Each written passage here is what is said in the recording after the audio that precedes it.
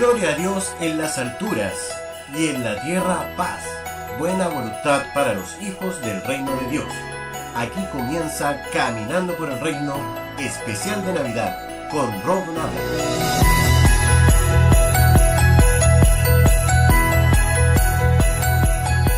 Bienvenidos a Caminando por el Reino, una Navidad en Cristo.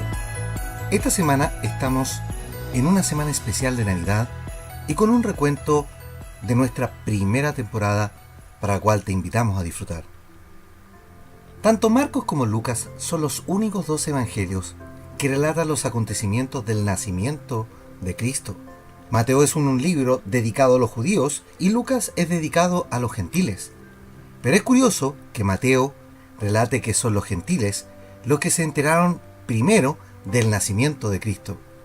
En cambio, Lucas no escribe el suceso de los sabios o magos de Oriente, pese a que Lucas hizo muchas entrevistas para poder relatar todo lo que había ocurrido en la vida de Cristo. Los magos, al ver a Cristo, entraron y le adoraron. Luego le ofrecieron sus tesoros. Leamos lo que nos dice Mateo. Desde el verso 11 en el capítulo 2. Y al entrar en la casa, vieron al niño con su madre María y postrándose le adoraron. Y abriendo sus tesoros le ofrecieron presentes, oro, incienso y mirra. Mateo capítulo 2 verso 11 en la versión Reina Valera. Probablemente se hayan preguntado ¿qué hace el rey de Israel en una pesebrera o en un establo? Probablemente ellos no entendían cómo el Dios manifestado en carne vino a nacer tan pobre. Pero lo que el ojo humano no ve es que Dios no hace las cosas al gusto de los seres humanos. Dios siempre nos va a sorprender porque Él va más allá de nuestro entendimiento. Los magos trajeron presentes dignos de un rey, regalos costosos para el soberano prometido, pues ellos habían leído las palabras del profeta Miqueas en Miqueas capítulo 5 verso 2, las cuales él habló que en Belén había de nacer el Salvador, palabras que fueron escritas en el año 720 a.C. y que son 20 años antes de las palabras que comenzó a escribir el profeta Isaías. El rey recibió regalos de unos sabios gentiles para honrar su nacimiento. Pero Él nos venía a traer los mejores regalos que pudiese alguien recibir. Nos vino a traer el reino, nos vino a traer la salvación y nos vino a traer el pacto eterno. Cristo, nuestro Rey, irrumpe en el tiempo de los hombres para imponer su reinado. El reino de Cristo cambia el orden de las cosas, ya que el hombre se había empecinado en hacer todo a lo contrario de lo que Dios dice. La segunda y tercera semana de Caminando por el Reino empezamos a entender el diseño de Dios y de su programa de gobierno. Isaías lo dice, el gobierno de Dios está en sus hombros y ese gobierno Él venía a mostrar. Pablo nos dice que el propósito eterno de Dios es de reunir todas las cosas en Cristo, las que están en los cielos y las que están en la tierra, visibles e invisibles. Efesios capítulo 1 verso 10. Y es por eso que en ese reunir, Cristo empieza a poner un orden a todo, volver a acomodar las cosas para que tengan el funcionamiento en el plan divino. Cristo debía venir para que Él, con su vida y ejemplo, pudiésemos cambiar nuestra pasada manera de vivir. Dios, sabiendo que el hombre había de pecar, se anticipó y tenía ya en mente a Cristo desde un principio. Sin embargo, su plan con el hombre, pese a su pecado, lo fue perfeccionando en el tiempo y no lo iba a dejar de lado porque nuestro Padre Creador no es un Padre que tiene hijos desechables. Al contrario, en el principio llamó a Adán y al fallar llama a una familia con Noé, pero Noé también falla en el tiempo. Es por esto que llama a Abraham para que él sea una nación con él. Pero Israel, la nación que el Señor escogió, tampoco cumplió el propósito. Y debido a estos contratiempos, el rey decide edificar una iglesia, una eclesía, que como dijimos en el principio de la temporada, la eclesía no es un edificio con una cruz y un campanario y con un montón de imágenes y esculturas en su interior, porque eso no es el diseño y jamás lo fue. El rey vino a establecer un edificio compuesto por piedras vivas, por personas, para que en el trabajo colaborativo de estas personas, llamadas y escogidas por Él, logremos ser el organismo vivo de gobierno del Rey sobre la tierra. La eclesía, en el diseño de Dios, no es un grupo de feligreses que se juntan un día domingo para adorar. No es un grupo de simpatizantes de Dios que profesan una religión. Eso no representa en absoluto al diseño que Dios tiene para su asamblea de reino. Cuando sacó a Israel de Egipto, Dios tuvo que ordenar a un pueblo que por más de 400 años había estado en la idolatría y vida pagana de los egipcios. Por eso pide a Moisés que edifique un tabernáculo, un santuario. Jamás Dios le llamó a hacer un templo, sino que esa carpa, esa tienda, era suficiente para tener comunión cercana con el pueblo. Y así lo dice: harán un santuario para mí y habitaré en medio de ellos. Éxodo capítulo 25, verso 8, en la versión Reina Valera. El tabernáculo era diseño íntegro de Dios. Y en ese diseño Él ordenó las medidas, ordenó el culto, ordenó a Aarón y a sus hijos que fueran sus sacerdotes, y separó a ellos y a toda la tribu de Leví para tal oficio. Después de 400 años más tarde, David ve que es injusto que Dios tenga que habitar en una tienda mientras Él habita en un palacio. Pero el Señor nunca se quejó de tener una tienda para habitar junto al pueblo. Pero David insiste en construir un templo. Y Dios hace pacto con él al convertir su familia en una dinastía de reyes. Pero su hijo es quien le dará un lugar para él, y no el propio rey David. Primera de Reyes capítulo 8, verso 19. Dios jamás pidió un templo, pero el rey Salomón le construye uno, con todo lo mejor para Dios. Luego Dios accede a entrar en el templo con la condición de que Salomón fuese un rey justo. Mientras ellos estuviesen en Dios, él iba a estar en el templo, según lo que nos dice Segunda de Crónicas capítulo 6. Pero no alcanzaron ni a pasar ni 40 años y el templo fue saqueado y posteriormente destruido. Luego se levantó un segundo templo, años más tarde, el cual también sufrió una modificación, también sufrió saqueos. Y cuando llega el rey Herodes, decide ampliarlo un poco más.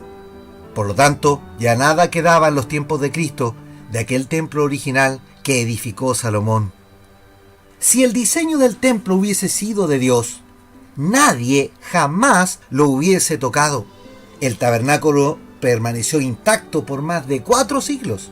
El templo de Salomón ni siquiera pudo dar con un poco más de algunos reinados y cayó.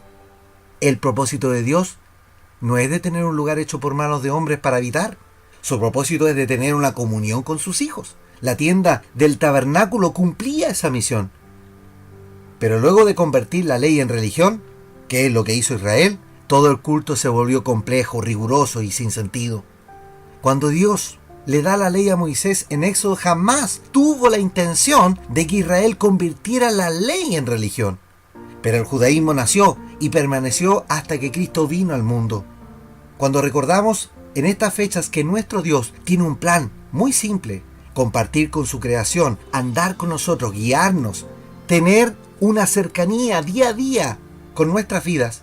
Pero hemos sido nosotros los humanos quienes no hemos entendido un plan tan simple.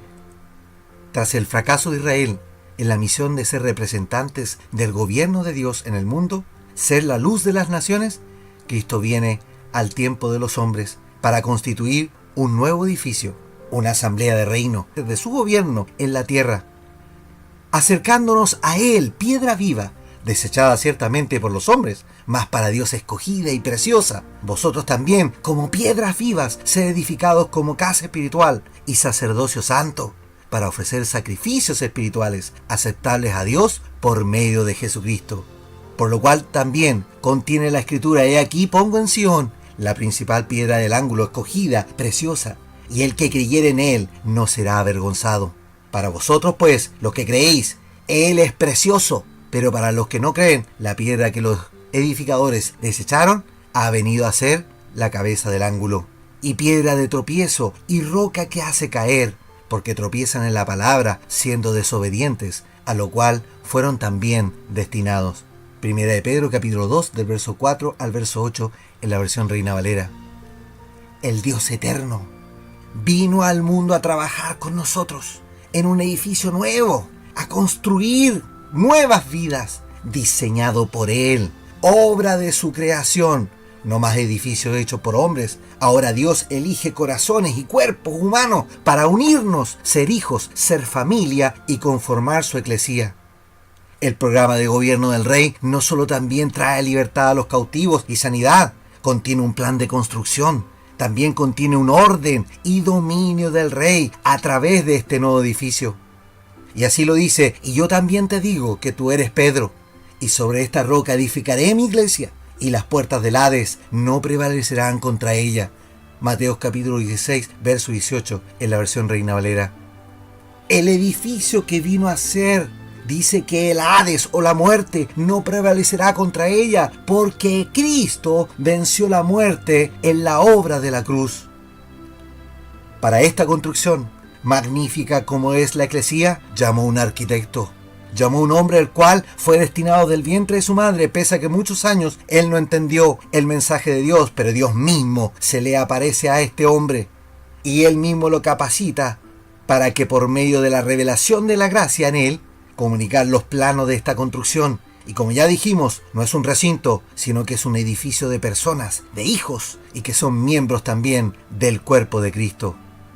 Pablo, quien fuera un fariseo experto de la ley, llamado en su tiempo antes de la conversión Saulo de Tarso, es transformado por Cristo, camino de Damasco, según lo que nos habla el relato en Hechos capítulo 9.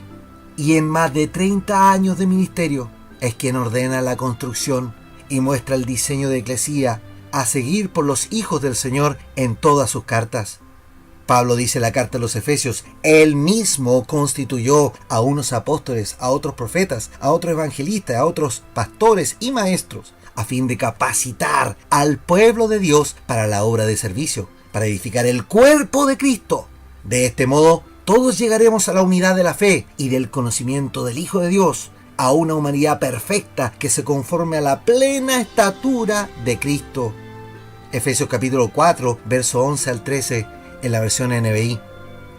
Es fantástico pensar que el Dios Todopoderoso, que nació en Belén, puede ahora entrar en nuestras vidas, ya que somos templo de su Espíritu y que cada miembro es parte vivo de este edificio.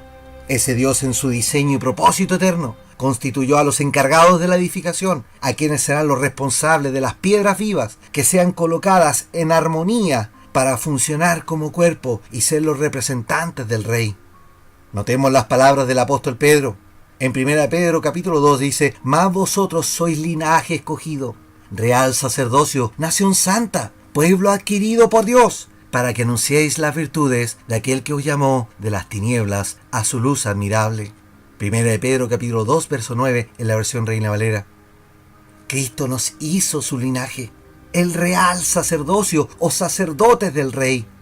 Y Juan, aún más, revelando en el libro de Revelaciones, escribe lo siguiente: y nos hizo reyes y sacerdotes para Dios, su Padre. A Él sea gloria e imperio por los siglos de los siglos. Amén. Apocalipsis capítulo 1, verso 6, en la versión Reina Valera.